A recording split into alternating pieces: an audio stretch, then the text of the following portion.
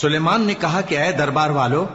کوئی تم میں ایسا ہے کہ قبل اس کے کہ وہ لوگ فرما بردار ہو کر ہمارے پاس آئیں ملکہ کا تخت میرے پاس لے آئے؟ جنات میں سے ایک قوی ہیکل جن نے کہا کہ قبل اس کے کہ آپ اپنی جگہ سے اٹھیں میں اس کو آپ کے پاس لا حاضر کرتا ہوں، اور مجھے اس پر قدرت بھی حاصل ہے اور امانت دار بھی ہوں۔ ایک شخص جس کو کتاب الہی کا علم تھا کہنے لگا کہ میں آپ کی آنکھ کے جھپکنے سے پہلے پہلے اسے آپ کے پاس حاضر کیے دیتا ہوں۔ جب سلیمان نے تخت کو اپنے پاس رکھا ہوا دیکھا تو کہا کہ یہ میرے پروردگار کا فضل ہے تاکہ مجھے آزمائے کہ میں شکر کرتا ہوں یا کفران نعمت کرتا ہوں،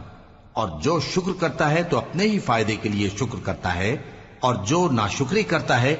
تو میرا پروردگار بے نیاز ہے، کرم کرنے والا ہے۔ سلیمان نے کہا کہ ملکہ کے امتحان عقل کے لیے اس کے تخت کی صورت بدل دو، دیکھیں کہ وہ سوج رکھتی ہے یا ان